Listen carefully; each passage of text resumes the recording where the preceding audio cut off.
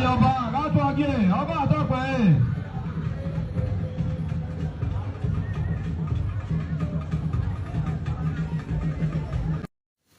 mo kí ẹ̀yin bàbá mi àtẹ̀yin ìyá mi a sì ń kíra wa kí ọdún tuntun tí mo dẹ̀ gbàgbọ́ pé ọdún yìí ọdún ayọ̀ ló máa jẹ́ fún wa, ọdún àmúyangàn, ọdún ìṣelógo, yóò dẹ̀ jẹ́ ọdún òmìnira wa, pé ohun tí à ń lé, ohun tí à ń wá, àdániwáyé yóò ṣe fún wa. mo kẹ́yin bàbá mi, mo kẹ́yin ìyá mi káàkiri gbogbo àgbáyé níbi tí Nàìjíríà fi wá sọ̀kò sí.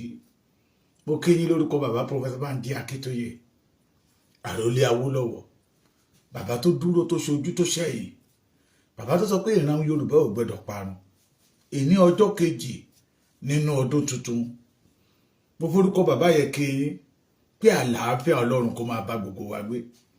mo kí gbogbo àwọn ìránṣẹ́ Ọlọ́run, mo kí mùsùlùmí, mo kí pásítọ̀, mo kí àwọn oníṣẹ̀ṣe wípé gẹ́gẹ́ bí ọ̀rọ̀ wa, ọdún yìí gbẹ́dọ̀ jẹ́ ọdún tó yàtọ̀ nínú ayé Yorùbá.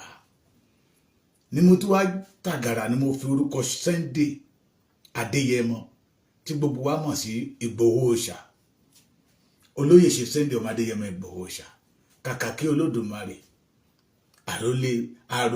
àrólé akíkanjú ilẹ̀ Yorùbá, akọni Oòduà, Aníyèkáyé general. mo forúkọ àwọn náà kí tó dúró pé kí ìran Yorùbá má di ẹni àná, ká má di ẹni ìtàn, ká má máa fi pẹ̀tà pé ìran kan ti wálé ayé tó ti wárí tó ti lọ.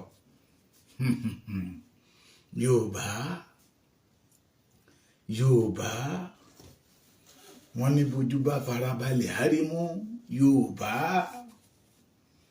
bójú bá ṣe kí ni, bó bá farabalẹ̀ árímú.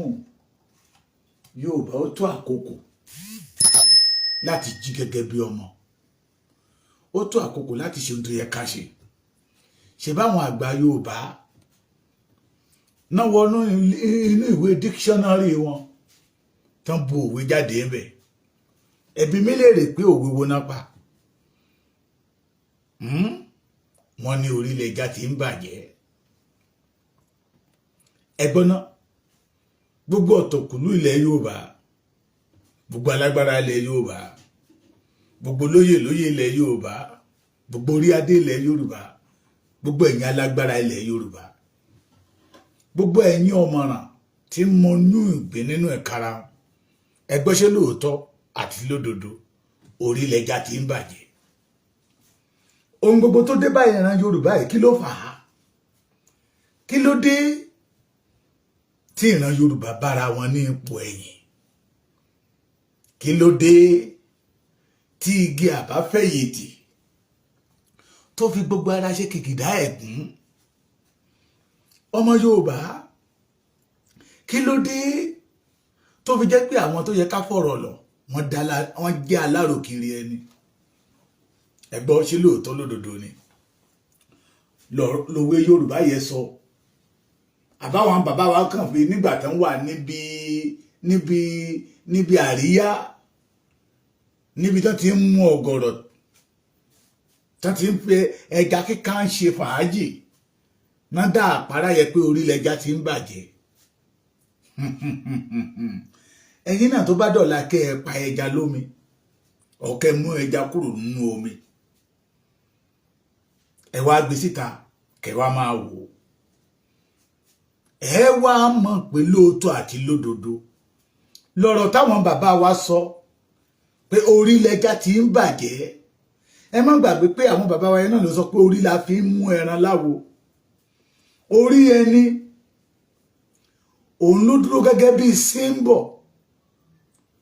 orí ẹni ló jẹ́ ká máa dá àyàn mọ̀ láwùjọ. torí bá ti kúrò lára ènìyàn ó di òkùtù. Ọlọ́run ní jẹ́ kẹ́ ẹ rí jàǹbá pé wọ́n débẹ̀ wọn dá òkú ẹ̀ mọ̀, orí ẹ̀ ti gé lọ, orí ọ̀pọ̀lọpọ̀ àwọn èèyàn ló ti gé lẹ́ẹ̀mbẹ̀. Ọlọ́run ò ní jẹ́ ó ṣẹlẹ̀ sí wa. mo rí fídíò kan, òun ló jẹ́ kí n jáde ní táìmù tí mo jáde. mo dẹ̀ mọ̀ pé ẹ̀yin bàbá mi àtẹ̀yin ìyá mi tẹ́ wà lórí ètò pẹ̀lú mi, tó bá dọ̀la ẹ bá mi pè sọ́dọ̀ àwọn ọmọ Yorùbá tó yẹ kó pè sọ́dọ̀ wọn. ọ̀rọ̀ náà dá lórí àwọn ọba ilẹ̀ Yorùbá. Àwọn ọba ilẹ̀ Yorùbá ti gba bọ̀dè fún ìran Yorùbá. Àwọn ọba ilẹ̀ Yorùbá wọ́n ti gba ìbọ̀dè. Wọ́n ti jẹ èèwọ̀. Àwọn ọba ilẹ̀ Yorùbá ni o.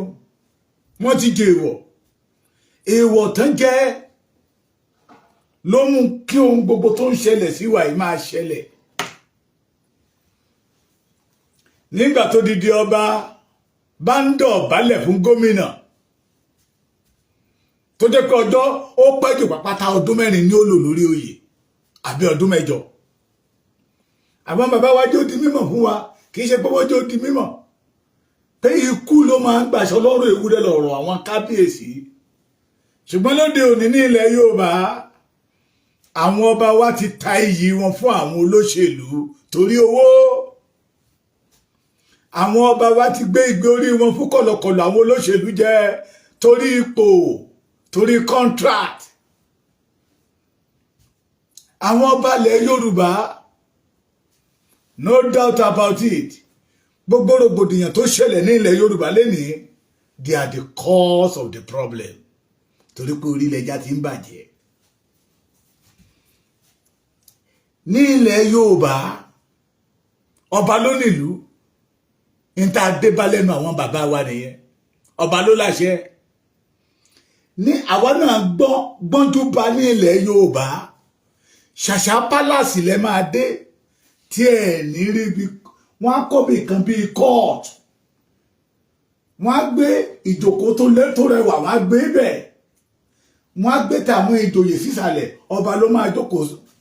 Wọ́n máa ń pè ní kóòtù ọba, níbi tí ọba ti ń ṣẹjọ́ tó ti ń dá ẹjọ́.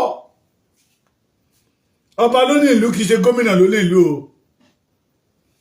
Ọba ló láṣẹ o, kìí ṣe gómìnà, kìí ṣe sẹ́nítọ̀, kìí ṣe rep.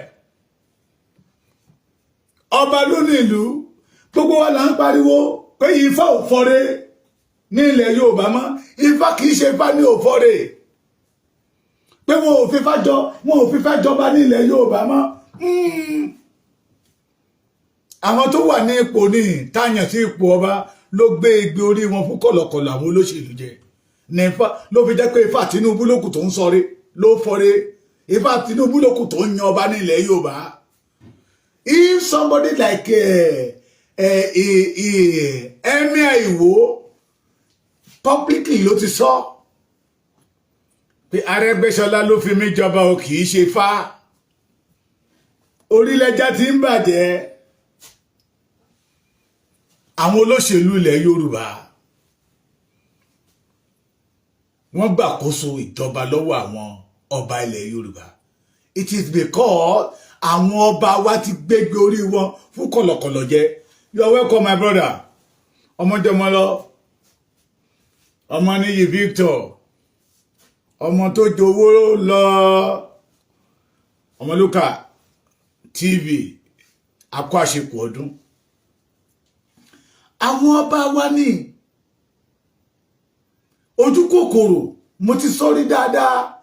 Ojú kòkòrò máa mú kí ènìyàn ó sọ nǹkan tó dára nù. Ojú kòkòrò, àníjù, ó máa ń gbọ́n tó dára dànù lọ́wọ́ ènìyàn ni. Ojú kòkòrò máa ń gba iyì kò lára ènìyàn. Ojú kòkòrò máa ń sọ ní dẹni yẹpẹrẹ. Most especially tẹ́nìyàn bá fẹ́ràn owó láfẹ́jù. Ẹni tó bá ti fẹ́ràn owó láfẹ́jù, ó máa dé ní ẹ̀tẹ́gbẹ̀yìn ni. Àwọn ọba wa wọ́n sọ àgbàdo mọ́dì, wọ́n di aláwàdà ẹdìyẹ. Ògo ọba wa bọ́ sọnù lára wọn. Tọ́ba ilé ìbá máa sọ, ọba ilẹ̀ Yorùbá lágbára, abẹ́ kọmíṣánná, abẹ́ kánsílọ̀, ọba tí ọba bá sọ̀rọ̀, chairman local government lè sọ pé ẹ wá rí mi lọ́fíìsì kó yọ dànù. Who calls it? Ìjẹkújẹ yín ni sà. Adéníyì àríbá ti ṣe adára fún yín. Bàbá mi Adéọlá, you are welcome. Àwọn wo ló fà á? Àwọn wo ló fà á? tí ọba fi di ẹni tí chairman local government ń pàṣẹ fún. Alábàjọ tọ́básanjọ́ fi sọ wípé ẹ dìde ẹ jókòó ẹ dìde ẹ jókòó. Mo rí odidi first class obas ní Ogun State tó ń dọ̀bálẹ̀ fún gómìnà tó ń forí adé dọ̀bálẹ̀. Aka ìwé kan nígbà táwa ní secondary school ṣe secondary school láti primary school primary 6 lẹ́tí wọ́n máa ka ìwé yẹ torí pé wọ́n fẹ́ ká mọ̀ nípa ibi tí orísun bí Yorùbá ohun tí Yorùbá ti ṣe bàbá wa àkọ́kọ́ ibi tí àwọn bàbá wa ti kí ló bóòlù Ògún ṣe délé jíjẹ́ bóòlù Ọya ṣe jẹ́ bóòlù Ṣàngó ṣe jẹ́ bóòlù Ọbàtálá ṣe jẹ́. Ibẹ̀ náà ti sọ fún wa pé tán bá ń fẹ́ fi ènìyàn joyè tán fẹ́ fi jọba ìlú tán ti rí pé Fátímù ló máa jọba ìlú. Ó yàtọ̀ síra wọn nílùú kọ̀ọ̀kan o bọ̀ tó fẹ́ lè dìṣe ní gbogbo àwọn olóyè yẹn tó bá ti jókòó tó bá jẹ́ ìjọ tó fẹ́ wọ ìpẹ̀bí wọ́n á ní kó dọ̀bálẹ̀ fún wọn lẹ́yọ kọ̀ọ̀kan. Tí ìyá ẹ̀ bá wà láyé tó bá jẹ́ ní tó ní ìyá ni wọ́n á ní kó dọ̀bálẹ̀ fún ìyá ẹ̀. Tó bá jẹ́ ní tí bàbá ẹ̀ ṣì wà ní wọ́n á ní kó dọ̀bálẹ̀ fún ìyá ẹ̀ nígbà tó bá ṣe gbogbo ẹ̀ tán wọ́n wá sọ fún pé látèní lọ ó gbẹ́dọ̀ dọ̀bálẹ̀ fẹ́nikẹ́ni mọ́ torí pé o ti di aláṣẹ ìlú. Ṣùgbọ́n lóde òní àwọn ọba wa ń dọ̀bálẹ̀ fún olóṣèlú ní lọ́ra yìí. Àwọn ọba wa ń forí adé dọ̀bálẹ̀ fún olóṣèlú. Lóòótọ́ là ń pariwo àwọn olóṣèlú yẹn pé wọ́n sọ àwọn ọba wa dídàkudà. Lóòótọ́ là ń pariwo àwọn olóṣèlú yẹn pé ọ̀wọ̀ iyì àpọ́nlé tó yẹ kán fún àwọn ọba wa wọn ò fún wọn kì í ṣẹjọ́ wọn. Àwọn ọba wa ni ló sọ̀rọ̀ àwọn di aláwàdà adìyẹ tó sọ àgbàdo mọ́dì. Àwọn ọba ilẹ̀ Yorùbá ló sọ̀rọ̀ àwọn di aláwàdà adìyẹ tó ń gbégbé orí wọn tó ń gbé fún kọ̀lọ̀kọ̀lọ̀ jẹ. No wonder tí Fúlàní fi ń pa wá bẹ́ẹ̀ ní pẹ́ràn. No wonder tí kò fi kébí ikú nílẹ̀ Yorùbá. No wonder à ń wò náà àwọn tí jẹ́ pé àwọn bàbá wa ìgbàanì ló gbé wọn lẹ́yìn. Àwọn bàbá wa ìgbàanì ló kọ́ wọn bí wọ́n ti ń jẹran. Àwọn bàbá wa ìgbàanì ló kọ́ wọn bí wọ́n ti ń lògbà bí wọ́n ti ń lo aṣọ. Tẹ́ bá wo nígbà kan wọ́n lè wo aṣọ white kan gbé òwú green lé lórí kan gbé òwú black lé lórí. Àwọn bàbá wa ló kọ́ wọn bí wọ́n ti ń lògbà. Suddenly the Yorùbá became their slave. Àdẹ̀rú wọn. Alábàjọ tètè fúnra ní. The Yorùbá that become number 1 all over Africa. The Yorùbás tó jẹ́ pé àpèwà wo la jẹ́ nínú gbogbo ìran tó dúdú lágbàáyé we became a last suddenly lójijì abára wa nípò ẹ̀yìn. Àwọn ọba wa ni lójú ayé wọn lójú ayé wa ogún ìrandíran táwọn bàbá wa fi ilẹ̀ ó dẹ̀ parun lójú wa torí ojú kòkòrò torí tó jẹ́ pé it belong to them. Ọbásanjọ́ tún sọ fún wọn wípé níbikíbi tí gómìnà bá wà tí aláṣẹ ìlú bá wà tó bá ti ń wọlé àwọn ọba yẹn gbẹ́dọ̀ dìde ló fi pàṣẹ fún wọn pé ẹ dìde ẹ jókòó. Ẹ wá wò bí àwọn ọba ṣe ń pọ̀n jẹ̀nẹ̀jẹ̀lẹ̀ tí gómìnà bá ń bọ̀. Kọ́ Ọbásanjọ́ tó sọ fún pé ẹ dìde ẹ jókòó. Gómìnà tó bá ti ń bọ̀ gbogbo àwọn ọba ẹ wá dìde lórí ìjókòó ni. Láyé ìgbà kan nígbà tí eku sì ń ké bí eku nílẹ̀ Yorùbá nígbà tí Yorùbá sì ń jẹ́ Yorùbá tó bá di ọjọ́ tí kábíyèsí tẹ̀ máa jáde lọ sí occasion yẹn ni gómìnà á ti débẹ̀ ṣáájú kábíyèsí tí kábíyèsí bá ń wọlé bọ̀ gómìnà ló máa dìde but lóde òní kábíyèsí wa ló ti kọ́kọ́ máa débẹ̀ wọ́n ń wọ́ ojú rere gómìnà náà fi dẹni yẹpẹrẹ làwọn gómìnà fi gba iyì lọ́wọ́ wọn.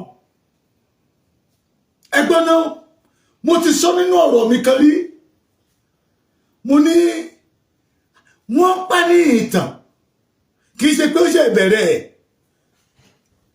ìgbà táwọn wà kékeré láti ń gbọ́ pé Benin is part of the Yorubas. They are Yorubas. Àwọn àti Yorùbá wọ́n jọ tó wọ́n lè má sọ èdè wa lè yàtọ̀ síra wọn pé ṣùgbọ́n Yorùbá ni wọ́n. Àbúrò ìyá mi fẹ́ ọmọ Benin Ìyábọ̀dé tó dẹ̀ jẹ́ pé ìran Yorùbá ló máa ń jẹ́ Ìyábọ̀. Ibẹ̀ yẹ kọ́ ni mò ń lọ. Nínú ìtàn táwa gbọ́ táwọn bàbá wa sọ fún wa one of our great fathers Ọ̀rànmíyàn became a king ní Benin. Tẹ́ bá ń gbọ́ lénìí ní Benin ọba tí Yorùbá ń lò làwọn náà ń lò ọba of Benin. Ìjẹ́ ni pé the Benin and we have something in common. Mo wá sọ̀rọ̀ mi yẹn sà máa mo ní níjọ́ tí mo ti àti ọmọ ọba Ìrẹ́dùà tó kọjá lọ àti ilé tó ti wà ń bẹ̀ lọ́wọ́lọ́wọ́ tí Òdùmarè máa jẹ́ kó pẹ́ because I love anybody that promote their own culture. Mo ní mi ò rí ọba Benin kó máa ṣe fòfòfòfòfòfòfòfòfò káàkiri kí kankan àfikún mọ́ tàǹdì. Mo fẹ́ wà níbà yìí I want to hear I want to be there I want to be there. Mo ní mi ò rí nínú ọba Benin mo ní mi ò dẹ̀ tí ẹ wà rí ọba Benin sọ́dúnlẹ̀ kó di kọ̀mẹ́díà mo ní mi ò tí ì rí bí àwọn ọmọ kéékèèké yẹ Wizkid ní Davido name them Ọlámídé mo ní mi ò tí ì rí ọba Benin kó so downgrade ara ẹ̀ to that level kó lọ máa bá àwọn ọmọ yẹ kẹjọ lọ máa ṣe wọ́nranwọ̀nran káàkiri ṣùgbọ́n bá lọ bá Benin àbí Benin ní constitution títí wọn lọ́tọ̀ ni that make the Benin people respect their own kábíyèsí not Benin people who respect their kábíyèsí it is the kábíyèsí himself ló respect ara ẹ̀ wọ́n gbé kò sẹ́ni tó dórí oyè yẹ tó lo ipò yẹn ní ìlòkulò bí àwọn ọba ilẹ̀ Yorùbá kò sẹ́ni tó dórí ipò yẹn tó fi ipò yẹn lọ ń gba kọ́ńtàtì kiri lọ́dọ̀ gómìnà kò sẹ́ni tó dórí ipò yẹn tó lọ ń pa kúbẹ́kúbẹ́ ní state government táti jíde state government pé òun fẹ́ rí gómìnà láàárọ̀ kùtù torí owó. Benin is not like that. That is why I say nínú fídíò mi kan pé ṣé Ọọ̀ni of Ifẹ̀ ṣé kò ń wo ọba Benin ni ṣé Ọọ̀ni of Ifẹ̀ ṣé kò gbọ́ ìtàn rí ni pé Ọ̀rànmíyàn ti the first ọba in Benin kó tó padà lọ sí wá sílé Ifẹ̀ from there to Ọ̀yọ́ Aláàfin. Bàbá wa ẹyọ kan tó jọba ní ìlú mẹ́ta. Ìyẹn ni pé we are war. Kí ló dé tí àwọn ọba wa fi sọra wọn dìdàkudà? Gbogbo tó ń dé bá wa lẹ̀ Yorùbá ojúṣe tó yẹ káwọn ọba wa ó ṣe ni ipò tán ti sọnù. That is why we say we need our freedom. Torí pé wọ́n ti sọ ipò yẹn nù àti lè dìde fún òmìnira ìran wọn ó di ogun torí wọ́n ti gbé igbe orí wọn kọ̀lọ̀kọ̀lọ̀ jẹ. I want you to see one video lórí fídíò mo ti ké lálẹ́ ẹgbẹ́ yìí pé Ọlọ́run kí ló fà tí gbogbo nǹkan báyìí ṣẹlẹ̀ fún ìran Yorùbá. Bàbá mi Prince Adébáyọ̀ Ṣítù yóò dára fún yín, ọdún òmìnira wa lọ́lọ́run máa ṣe lágbára Ọlọ́run. Nígbà tí gómìnà Benin bẹ̀ẹ́jẹ́ Benin ní àbí Benin tó ń gbólẹ̀ fún ọba, ó déwájú ọba kò lè náwó sí ọba, ó kúnlẹ̀ ní kí wọ́n ṣe ń kíra wọn tọwọ́tọwọ́. Àwọn ọba wa tí gómìnà bá ń wọlé bá wọn ló máa kọ́kọ́ dìde tá a máa tẹ̀ kí gómìnà tó náwó sí wọn, torí pé àwọn ọba wa ti fi ìjẹkújẹ wọ́n ti fi downgrade ara wọn.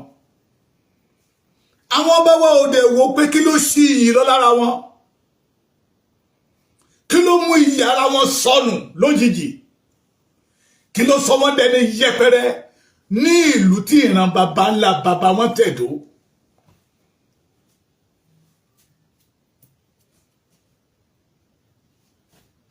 Kí ló sọ wọ́n dẹni yẹpẹrẹ ní ìlú tí baba ńlá wọn tẹ̀dó. Tí ẹ̀ṣẹ̀ ò bá ṣẹ̀ ní ìlú, a ń gbọ́ former obas, ṣùgbọ́n lẹ́yìn ọdún mẹ́rin èyí tó bá nílò kíkó lu ọdún mẹ́rin míì sí kó di mẹ́jọ, immediately we became a former governor, former senators, former chairman, former rep, former honorable. Wọ́n á gba iyì lọ́wọ́ àwọn ọba wa. Àwọn kan ló gba iyì àwọn ọba wa ló ta iyì torí ìjẹkújẹ o. Ẹ má gbàgbé ojú kòkòrò. Ọ̀fẹ́ a máa ń fọyàn lójú, a máa ń gbà tó dáradára lọ́wọ́ èèyàn. Ìyá mi tèmi ẹ kú ọdún mẹ́wàá, a dára fún yín, ojú òní tì yín. Orílẹ̀-èdè ti ń bàjẹ́ o. Gbogbo tó ń dé bá wa nílẹ̀ Yorùbá that make Yorùbá become ẹrú Fúlàní lójijì. Eku òkè bí eku nílẹ̀ Yorùbá mọ́. Àwọn ọba wa ti jẹ èèwọ̀. Àwọn ọba wa ti gba ìbọ̀dè. Àwọn ọba wa ti gbọ́mọ ọba fọ́ṣun. Àwọn ọba wa ti fojú kòkòrò bà ilẹ̀ Yorùbá jẹ́. Ni wọn ò fi níyì lọ́wọ́ àwọn gómìnà mọ́. Mi ò gbọ́ rí ilẹ̀ Yorùbá tí mo ti gbọ́. Ilẹ̀ Yorùbá tòde òní, àwọn ilẹ̀ Yorùbá àti gbani nígbà tí Yorùbá sì ń jẹ́ Yorùbá, mi ò gbọ́ pé wọ́n ń gba ọ̀pá àṣẹ, ọba ló ń gba ọ̀pá àṣẹ ní governor office. Láyé ológun kò ṣẹlẹ̀. Láyé ológun kọba lọ máa gba ọ̀pá àṣẹ ní governor office. Bàbá mi Abe akọ àlàjá ọdún. Gbogbo ẹ̀yin bàbá mi tẹ́ ń wọlé, mò ń retí nǹkan ọdún o, ẹnu gbẹ o. Kí ọba lọ máa gba ọ̀pá àṣẹ ní governor office. Lẹ́kìtì wa yìí mo lè ka ọba bíi 6 nígbà ayé Fáyẹmí. Governor office náà ti lọ ń gba ọ̀pá àṣẹ. Suddenly ní ilẹ̀ Yorùbá, gómìnà di afọbajẹ lójijì. Olóṣèlú became the kingmaker lẹ́ máa ń pè wọ́n ní ilẹ̀ Yorùbá. Torí pé àwọn ọba yẹn ti gbé oúnjẹ wọn fún ológbò jẹ. Ìgbé orí wọn ti gbé fún kọ̀lọ̀kọ̀lọ̀. Wọ́n ti jẹ́ kí kọ̀lọ̀kọ̀lọ̀ mọ̀ pé ẹran jọbọjọbọ ní. Wọ́n fojú kòkòrò wọ́n fi sọ àṣẹ nù. Àṣẹ tó sọnù nígbà yẹn ló ń kó bá Yorùbá lénìí láfídèrò ẹ̀yìn. But ní ọdún yìí Ọlọ́run máa dá ìran Yorùbá padà síbi tá a belong.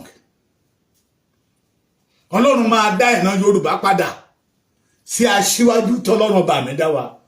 Kí ká má ní ọ̀rọ̀ mi pọ̀ jù. Mo ní mo ti ké sẹ́yìn. Mo fẹ́ kẹ́ wá wo picture yìí. Ẹ má bá mi rí wò dáadáa lórí YouTube.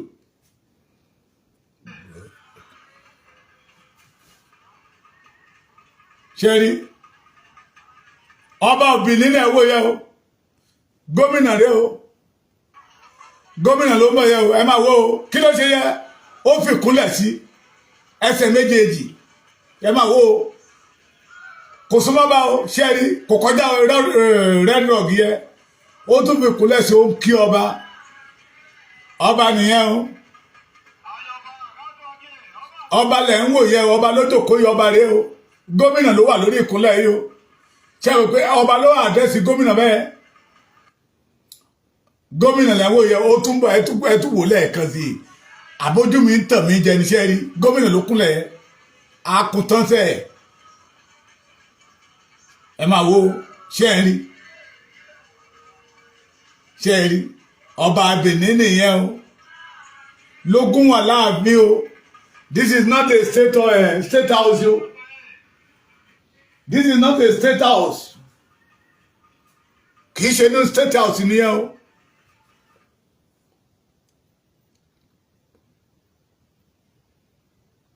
kò sí ní state house gómìnà lọba ní palace ni ọmọ ọba Ìrèdùà tó kọjá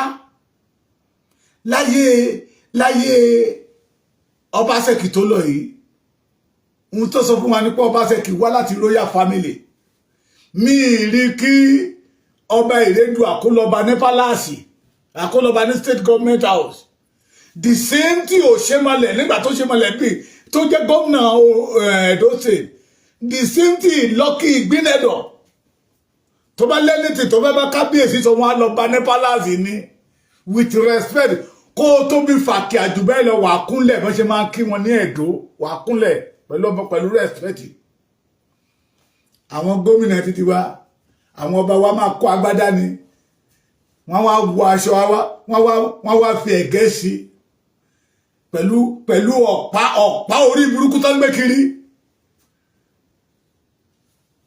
Aago méje náà ti máa dé state house gómìnà wa jáde sí wọn láago 10 odidi ọba ìlú torí pé ẹgbẹgbẹ orí yín fún kọ̀lọ̀kọ̀lọ̀ jẹ ni ìwà búburú tẹ́ ń wò ní ilẹ̀ Yorùbá òun ló ń kó bá Yorùbá lọ́wọ́ ìwà búburú tẹ́ ń wò ní ilẹ̀ Yorùbá ẹ̀yin lẹ sọ àwọn gómìnà yẹn di Ọlọ́run tán fi ríra wọn pé they can do undo láyé bàbá Tádé ní ẹ wò Adésọjí Adérẹ̀mí ta ló jẹ́ gbéná wojú wọn who is that gómìnà níbo ni gómìnà wa lóhun ti wá ṣùgbọ́n torí ìjẹkújẹ ń tọ́lọ́run ṣe fún yín tí ò tẹ́ ẹ̀yin lọ́rùn lẹ́yìn tẹ́ẹ̀dí kábíyèsí ìlú tán kílẹ̀ tó fẹ́ dà tẹ́ẹ̀ fi títí yín kó bá ìran Yorùbá lọ́wọ́ ojú kòkòrò ló sọ yín di ẹrú Fúlàní ojú kòkòrò ló sọ yín di ẹrú àwọn olóṣèlú àwọn máa gbọ́ Your Excellency ọmọ mi náà fẹ́ ṣiṣẹ́ ó fẹ́ ṣe House of Assembly gómìnà àwọn máa sọ pé no Your Excellency ẹ wá máa forí adédọ̀bálẹ̀ ẹ má bá forí adédọ̀bálẹ̀ ẹ̀yin lẹ ń kó bá wa o ẹ̀yin lẹ kó bá wa ẹ̀yin lẹ sọ àwọn akótilétà lẹ gbé wọn sí ipò àṣẹ torí ojú kòkòrò torí owó Àbújá owó tó jẹ́ pé ẹ̀yin náà ń jẹ bí eléjẹṣú àwọn tí ò that did not contribute anything wọ́n wá pinlé ẹ̀yin tó jẹ́ pé ẹ̀yin gangan níṣẹ́ tọ́pìkì kan bọ̀ láti ìjẹta náà ti fún mi ní tọ́pìkì yẹ ẹ̀tànjẹ ní Nàìjíríà ẹ̀tànjẹ ní the majority of you kábíyèsí know pé ẹ̀yin lẹ̀ ń kó bá ìran Yorùbá ẹ̀yin lẹ̀ ń báyé Yorùbá jẹ́ ẹ̀yin gangan ní igi ọ̀rọ̀kọ̀ tí ń dáná Yorùbá rú ẹ̀yin gan láruwọ ọ̀rọ̀kọ̀ tí ń dọ̀bẹ̀ ẹnu nínú ilẹ̀ Yorùbá ẹ̀yin lẹ̀ jẹ́ kí ayé Yorùbá orójúmọ́ ẹ̀yin ni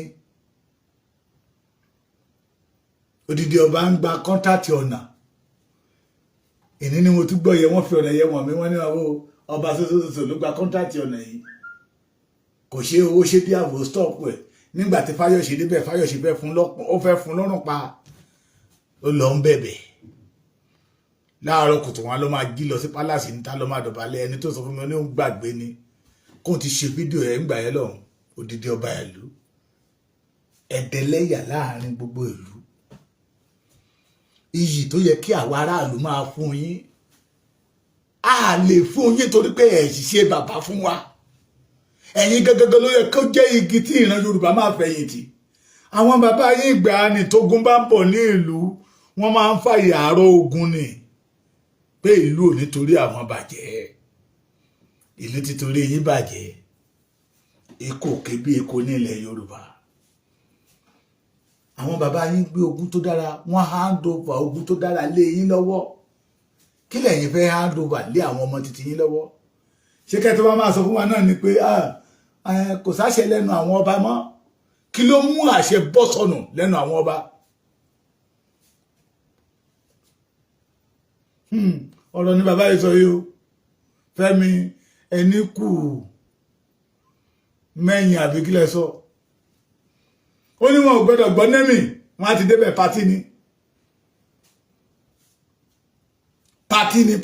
pátí ní everyday ẹ̀yin ọba yóò jókòó kẹ́ẹ̀dẹ̀ rò ó pé nígbà yí àwọn bàbá yín ẹ̀yin kọ́ lọ́ba àkọ́kọ́ tí àwọn gómìnà máa dé bá bàbá Adékúnlé Ajáṣin bó ṣe dàgbà tó gómìnà Adékúnlé Ajáṣin ní 82 bó ṣe bí bàbá yẹn ṣe dàgbà tó nígbà tó máa wọ ìlú ọ̀dọ̀ wa bàbá nàtán ni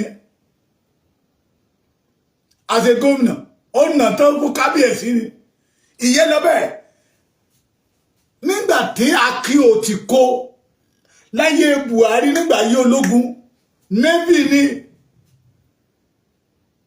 ó dọ̀bálẹ̀ tó nà fún kábíyèsí ni ẹ̀yin tó dé òní ẹ̀wà wò kí ló sọ yín di ẹni yẹ̀yẹ́ níwájú àwọn gómìnà yìí mo déwájú ọba kọmúnísà níbi tí a bá ọ̀rọ̀ dé yìí ọba tó bá dìde pé ìran Yorùbá gbẹ́dọ̀ ní òmìnira mo ní ká bá bí gómìnà dáa kó ló fẹ́ yọ gómìnà yà á sùn kò ní jí ó ní àṣẹ àwa ń lọ ló wá pè mí sẹ́yìn pé ọmọ mi ṣé mo mọ̀ pé majority àwọn ọba tó bá ti sọ pé Yorùbá nation náà tó sọ̀rọ̀ níta wọn à ní fún wọn lówó oṣù mọ́ mo wá ní káì bàbá ṣèbẹ́yìn lẹ máa ń pa òwe yẹ àbẹ́yìn ògbọ́njú bá òwe yẹ lẹ́nu àwọn bàbá títí yín pé ènìyàn máa fi bí sínú ṣiṣẹ́ ayọ̀ ni how much the salary tẹ́torí ẹ̀ tẹ́ sọ́ra yín di ẹrú gómìnà tí àṣẹdẹ̀ bọ́ lẹ́nu yín tẹ́ sọ́ra yín di ọba fashion ní ìgboro oníbọ́dà mẹ́kọ̀ọ́kọ́ yìí ó ní wọn ò mọ̀jú pátí lọ ká má gbọ́ pé naming ceremony èyí odidi ọba ilẹ̀ Yorùbá tó jẹ́ wípé orísun Yorùbá nìyí ẹ mọ̀ pé tó orísun bá ti ń sun ìkorò síta gbogbo aráàlú ló máa kà ìkorò lẹ́yìn sún fọ́mọ Yorùbá mo ti sọ nínú ọ̀rọ̀ mi rí mo lẹ́yìn ọba òde òní ìgbà àtàlẹ̀ gbé ìgbà àtàyẹ ló wá ń ta gbogbo ìran Yorùbá lójú náà ìgbà àtàní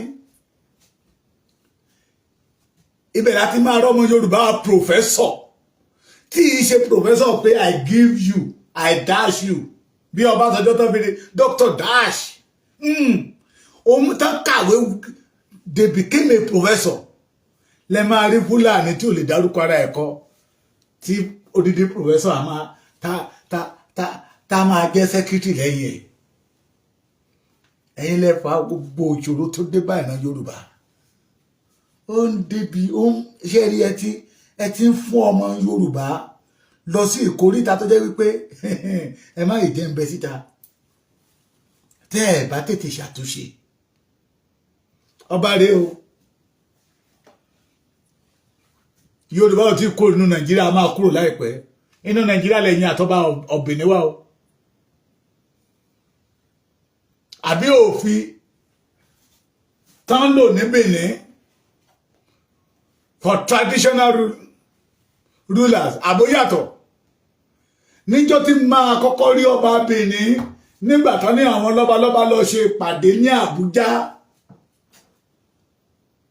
as a first class paramount rulers in Edo State lẹ́yìn tó dẹ̀ ti kúrò láti bẹ̀ wọ̀ nínú palace àwọn ọba yẹn jẹ́ kí kankan ilé wọn kankan palace kó ta wọ́n dì í ó ṣòro kí gómìnà kan máa sọ pé kábíyèsí I give you contract you no do it kó máa yẹ̀yẹ́ kábíyèsí ń gbòòrò mọ̀ pé ìjọ tí ọmọkùnrin bá ti sọ pé kí lẹ fẹ́ náà bọ̀dá kí ló ṣẹlẹ̀ pé àwọn ọ̀dẹ wọn pé mo lọ́ọ̀fẹ́ ṣá mo lọ́ọ̀fẹ́ ìjẹ̀ká máa mo lọ́ọ̀fẹ́ náà no tó má rí ni mo wá o mo lọ́ọ̀fẹ́ ṣe fi mí lẹ́jọ́ tó bá lọ tó bá dọjọ́ kejì pé wò mí ṣe láàánú náà I mean it tó marry ìjọ yẹn lẹ ti di alábùkù ẹ̀ ìmídélé tó náà bá ti fall in love ṣe rí bọ̀dábọ̀dá tó pé yí ayọ̀ bọ̀dá kúrò ọkọ̀ dédé máa gbọ́ta lárúkọ mọ́ ẹ lórí gbò bẹ́ẹ̀ lọ̀rọ̀ ẹ̀yin ọba ilẹ̀ Yorùbá ṣe rí níjọ́ tẹ́ ti lọ ń pa kúbẹ́kúbẹ́ lọ́dọ̀ àwọn gómìnà yẹn Your Excellency èmi náà need the contract okay ta ló wà mẹ́ ọba oníjẹkújẹ òfin jẹkújẹ láàdì ni ẹ sọ fún pé mò ń bọ̀ wọn nípe ní kábíyèsí wọn akọ̀wà kò lẹ́kìtì ẹni ní kí ta ló wà mẹ́ lẹ́ẹ̀kẹsẹ̀ ọba oníjẹkújẹ òfin jẹkújẹ láàdì ni ní kó wọlé a máa fún yín ní contract yẹ kábíyèsí but 20% yẹ ẹ drop ẹ fún àwa Your Excellency ẹ ṣe gàṣà ò lẹ́fẹ́ máa rí àwọn ọba gómìnà wọn máa ṣe ká àwọn ọba á tó lọ rẹ́rẹ́rẹ́rẹ́rẹ́ wọ́n wá gbé ìrùkẹ̀rẹ̀ tí ò sí nǹkan kan ń díẹ̀ mọ́ tí àwọn onílẹ̀ ti kẹ̀yìn sí wọ́n mọ̀ àwọn gan mọ̀ the current ọba of today wọ́n mọ̀ pé wọ́n ti not all of them o but majority of them wọ́n mọ̀ pé iyì ara wọn ti bọ́ sọnù torí ìjẹkújẹ torí ojú kòkòrò àwọn ni o torí tí ènìyàn bá ti jẹ èèwọ̀ tó bá ti jẹ agbára yìí tó bá rí pé kí ní Yorùbá ìlara mu tó jẹ́ tí ó bá bẹ̀rẹ̀ sí ní ìfẹ́ tí gbogbo ara ló máa kàn èèwọ̀ tí àwọn ọba ilẹ̀ Yorùbá jẹ ló sọ ìran Yorùbá dé èrò ẹ̀yìn that is why you see them tó fi ní wọn lára to support the freedom of the Yorùbá land that is why tó fi ní wọn lára láti lè bold síta pé no òun ṣe mí òun gbà mí kí ló dé during the Buhari regime wọ́n pa almost 29,000 Yorùbás enough is enough under the government of Bola Ahmed Tinubu tó jẹ́ ọmọ Yorùbá wọ́n ti pa almost 15,000 of the Yorùbás no Yorùbá àṣẹ Nàìjíríà mọ́ kàkà kan sọ bẹ́ẹ̀ ṣe náà lọ bá Buhari ní Daura ṣe náà lọ bá Buhari ní Daura o pé o ṣe o bẹ́ẹ̀ ti pa ọmọ Yorùbá o ṣe o abẹ́ tó fẹ́ pa sí torí owó ojú kòkòrò ó lè ẹgbàáyé Yorùbá jẹ́ ẹgbàbọ̀dẹ̀ fún ìran Yorùbá báyìí kọ́ ló ṣe wà nígbà yí àwọn bàbá yín o àwọn bàbá títí ní olùgbà báyìí àwọn bàbá yín fi gbogbo ara wọn rọ ní to defend the Yorùbá land mo ti sọ rí pé wọ́n pa nítàn fáwárí ẹyẹ òkè bí ẹyẹ ọmọ ènìyàn gan òfòun bí ọmọ ènìyàn náà bá pé aláwọ̀ olùgbé náà wọ́n wájà iwájú ọpọ́n ọgbọ́ ẹ̀yìn ọpọ́n ọgbọ́ èlùmọ́tò lọ́tún olùmọ̀ràn ló sì wájà pé ohun tó wà nílẹ̀ yìí tó lágbára ní kábíyèsí ní ọ̀rọ̀ yìí wúwo káfọ̀ bẹ bú ẹnu náà la máa fi sọ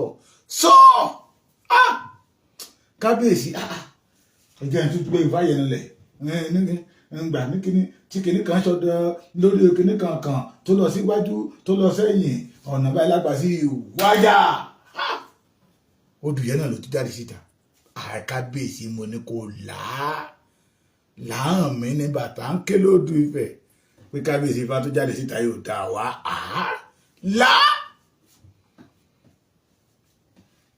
àìmọye ọba ilẹ̀ Yorùbá tó dà tó nígbà tá Yorùbá jẹ́ Yorùbá tó ti fi ọ̀pọ̀lọpọ̀ nǹkan ṣe sacrifice pé kábíyèsí Ifá yìí àkọ́bí ọba ló ń béèrè ẹ̀jẹ̀ ọba la máa fi ṣe tutù ìlú yìí pé àkọ́bí ọba kábíyèsí dorí kodò wọ́n láwọn ìjòyè wá sọ wípé awo báwa bí fálẹ̀rẹ̀ bí ọ̀nà míì wà wọ́n ní awo tó gbé balẹ̀ pé kò yí padà odò báyẹn náà ló jáde ojú tí bàbá máa gbé sókè báyìí pé kò sí tó máa yí padà tó bá jẹ́ ìyẹn ló máa mú kí ìlú tòrò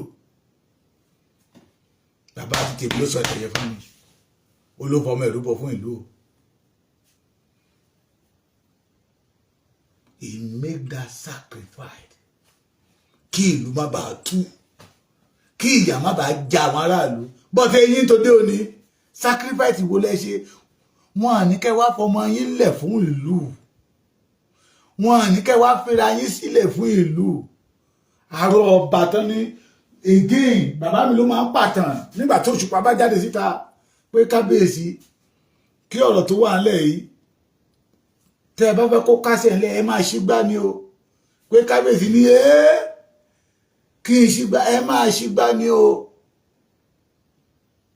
kábíyèsí dẹ̀ ṣe bí ọkùnrin ó ṣígbá àníkẹ́yìn wá ṣígbá what we say is that this is the solution to our problem this thing òun ló máa dá ògo yín tẹ́yìn fún ara yín ti fọwọ́ ara yín sọnù tí àwọn Fúlàní àtàwọn gómìnà tó ń gbá yín lọ́tún tó ń gbá yín sósì ń tó lè dá padà rí because a lè gba orílẹ̀-èdè wa lénìí ara fẹ́ padà sí ìpilẹ̀ṣẹ̀ táwọn bàbá wa gbélẹ̀ ọba ló nílùú ọba bá lórí ohun gbogbo ògo tó sọnù lẹ́yìn lára ẹ̀yìn ọba ilẹ̀ Yorùbá Nàìjíríà ò lè dá padà ń tó lè dá padà rí ní ọ̀rọ̀ yín fi ń dùn àwa kan pé àdá yín ń bà àkọ̀jẹ́ inú ẹ̀ ń dùn àdá yín ò mọ̀ pé ilé àti wọ̀sùn ló ń bàjẹ́ the majority of you that go against the freedom of the Yorùbá ọjọ́ àti sùn yín lẹ̀ ń bàjẹ́ torí owó tẹ́ lọ ń gbà lọ́wọ́ àwọn gómìnà nígbà tán jíníyàn gbélé Èkìtì ń báyìí tó pọ̀ rárá mo lè dárúkọ ọba bíi méje tó jẹ́ pé hòtẹ́ẹ̀lì ló ń lọ sùn àrí ọba tó dìdí kúrò lẹ́kìtì ń báyìí tó gba Àkúrẹ́ lọ tó jẹ́ pé ọwọ́ ìdájí ló tó bá ń bọ̀ láti Àkúrẹ́ akọ́ ọlọ́pàá síwájú akọ́ ọlọ́pàá sẹ́yìn eré burúkú orílẹ̀ ẹja ti ń bàjẹ́ ohun ọwọ́ mi ò tó máa fi gọ̀ǹgọ̀ fà á ó ti gbàgbé pé ńgbà tó ń bá fà á bọ̀ ó lè jálé òun lórí kó tabara ilé kó tabara oko ohun tọ́wọ́ yín ò tó tẹ́ fi gọ̀ǹgọ̀ fà á òun ló dogo sínú Yorùbá sínú ayé Yorùbá tí Fúlàní fi rí wa gẹ́gẹ́ bí ìjẹ wọn. Fulani did not contribute to anything to Nigeria. But àwọn ló gbádùn ní Nigeria jù. In one program, Ọbọlúkà sọ wípé Ọọ̀ni of Ifẹ̀ ti ń wà exist more than 1,000 years kí Sultan Sokoto tó dé. But today, Sultan Sokoto ni #1 ọba in Nigeria. Ìwà burúkú yín ni torí pé orílẹ̀ ẹja ti ń bàjẹ́. Ọba Benin lè rí yẹ o. Kò sí gómìnà kan tó lè tutukutu sí. Ọba Benin lè rí yẹ o. Ó jẹ́ kí kankan ààfin tòun ó tàun nídìí. Ọba Benin lè rí yẹ o tó fira ẹ̀ sí ipò Ọ̀wọ̀.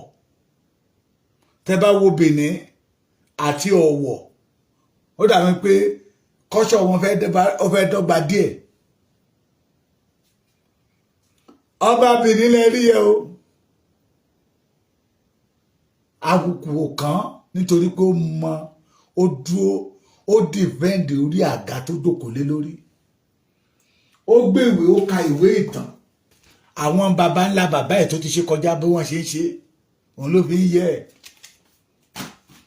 Kò if you are a senator tó bá tarí gbèrègbè lọ́dọ̀ ọba Benin táwọn ọmọ Benin bá bù ẹ́ torí pé wọ́n mọ̀ pé ọba wọn kò ní lọ sóde alámàlà kó jàmàlà kó jákò sáyà. Ẹ̀yin ọba ilẹ̀ Yorùbá ẹ̀ ti jákò sáyà. Not all of you but majority of you lẹ fi di ẹrú olóṣèlú tó lóṣèlú wọn máa bọ̀ ẹ ti dìde lórí ẹ̀ jókòó ẹ̀yin ẹ wá tẹ̀ fún olóṣèlú gómìnà wa náwó sí yín rẹ́pà wa náwó fún yín house of rep wa náwó fún yín torí pé ẹ ti mọ̀ pé tó bá mú ń lọ lọ́wọ́ gómìnà àti fojú ka gbogbo ẹ̀yin ọba tó wà ń bẹ́ẹ̀ bí a 200,000 naira ni wọ́n á ti ráǹpù ẹ̀ sínú ẹgbẹ́ lóko ṣé wọn kó mo sọ níjọ́ wọn náà mo ní àjọ ń jóúnjẹ ìyá kiri ní àjọ ń jóúnjẹ ìpọ́njú kiri ní oúnjẹ ìpọ́njú náà lẹ́yìn náà ń jẹ débi tẹ́ ẹ wá o lògo ọba fi ṣí lọ lára yín ẹ jẹ́ tètè kó tó pẹ́ jù ògo tó sọnù ní tó lè ṣàwárí ẹ̀rí ẹ̀yin ọba ilẹ̀ Yorùbá ògo tó sọnù lára yín ohun tó lè ṣàwárí ẹ̀rí iyì táwọn olóṣèlú ti gbà tó ti gbà lára yín ohun tó lè wá jáde rè. It is better that we join hands together and deliver the Yorubas. Ẹ̀yin fún ara yín lè forí ara yín kó mi ó dùn mí ni ó dùn mí bí ẹlẹ́ṣẹ̀ yín jìyà olódodo wa wá ń pẹ́ ń rẹ̀ ẹ̀yin ẹlẹ́ṣẹ̀ gan ẹ̀ wá jẹ ìyà torí ẹ ti mọ̀ pé àwọn ọba kan every Friday na máa ń lọ sí state house lọ gbowó ṣé irú ọba bẹ́ẹ̀ tí wọ́n bá ta ọ̀nà ìlú ẹ̀ ṣe ó máa lẹ́nu ọ̀rọ̀ ṣá tí ìlú ẹ̀ ò bá níná ṣé irú ọba bẹ́ẹ̀ máa lẹ́nu ọ̀rọ̀ nígbà tó ti lọ dọ̀bálẹ̀ ní state house láti lọ gba owó ṣó máa lẹ́nu ọ̀rọ̀ kò lè lẹ́nu ọ̀rọ̀ ìjẹkújẹ lẹ fi ń kó bá ìran Yorùbá ìjẹkújẹ tẹ́ ẹ jẹ ojú kòkòrò tẹ́ ẹ ní Nàìjíríà fi ń dé bá ìran Yorùbá we must live. Kẹ́ gbé ìwà àtijọ́ yín kẹ́ gbé dànù ọdún tuntun láwa yìí kẹ́yìn náà wá wò ọ̀rọ̀ tí mo sọ lálẹ́ mi ò fi bú ọba o mo kàn fi gbà wá mọ́ ìran ni tí ọba Benin bá sì lè máa gbáyè tí gómìnà ìlú ẹ̀ ń dọ̀bálẹ̀ fún tó ń rá bàbà níwájú ẹ̀ Olú of Warri ṣé Davido ló fẹ́ lọ dìmọ́ ni wọ́n blọọkù ẹ̀ pé báyìí là ń ṣe nílẹ̀ wa èèwọ̀ bòmíì ni sórí kábíyèsí tó jókòó sórí àga ẹ àwọn òbí báyàn jókòó àbí báyàn táyìn ọwọ́ báyìí náà fi dá Davido padà don't go there ni ibẹ̀ lẹ ti máa rí àwọn ọba àti tiwa gan náà máa fa Davido mọ́ra àwọn àti Davido àwọn máa bẹ̀rẹ̀ sí ń kíráàkì jóòkì tó bá jẹ́ orú ọ̀nà ọ̀fẹ́fẹ́ wá ní ìmídélé ló máa sọ̀rọ̀ èdè kọ̀mẹ́díà odidi ọ̀nà ọ̀fẹ́fẹ́ aṣíwájú tó yẹ kó fi àpẹẹrẹ rere lélẹ̀ á sọ̀rọ̀ èdè kọ̀mẹ́díà ni ṣé Lateef Adébí tẹ́bádọ́dọ̀ ẹ̀ bàbá Ìjẹ̀ṣà á sọ̀rọ̀ èdè kọ̀mẹ́díà ni àwọn máa forí adé wọlé ṣe lórí àgàtẹ̀ ìjókòó lé ipò tẹ́wàáyé ó ṣe iyebíye fún ìran Yorùbá that is our origin ẹ padà wálé gẹ́gẹ́ bí program tí mo ṣe ń jẹta pé bàbá Tinubu padà wálé ẹ̀yin ọba ilẹ̀ Yorùbá ẹ̀yin náà padà wálé kò tó pẹ́ kí ọmọ Yorùbá kan tó kojú ìjà sí yín torí tá a bá ti pẹ́ tá a ti ń lé ewúrẹ́ tó bá ti yíjú padà irú ewúrẹ́ bẹ́ẹ̀ ò kọ́kú mọ́ nìyẹn ẹ tètè ṣàtúnṣe torí pé kí ni orí ilẹ̀ ìjà ti ń bàjẹ́. Good night.